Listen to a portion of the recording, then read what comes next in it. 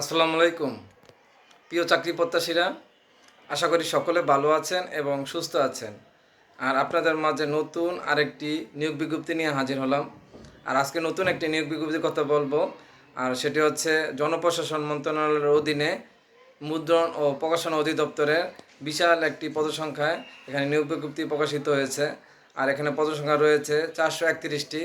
এই বিভিন্ন পদে 431টি পদসংখ্যা এখানে নিয়োগ বিজ্ঞপ্তি প্রকাশিত হয়েছে। আর এখানে আপনারা আবেদন করতে পারবেন। 21শে জুন থেকে আবেদন শুরু হবে এবং শেষ হবে 20শে জুলাই। এর মধ্যে আপনারা আবেদন করে নিতে পারবেন। আর আবেদনের যোগ্যতা হচ্ছে আপনাকে অবশ্যই এখানে বিভিন্ন পদসংখ্যায় যেহেতু এখানে অষ্টম শ্রেণী পাস থেকে রয়েছে, অষ্টম শ্রেণী পাস থেকে স্নাতক ডিগ্রিধারী যারা আছেন তারাও এখানে আবেদন করতে পারবেন। আর একটা বিষয় হচ্ছে যারা এই নিয়োগ বিজ্ঞপ্তিটা হচ্ছে পূর্ণ নিয়োগ বিজ্ঞপ্তি। এর আগে এটা 2023 সালে এই নিয়োগ বিজ্ঞপ্তিটি প্রকাশিত হয়েছিল।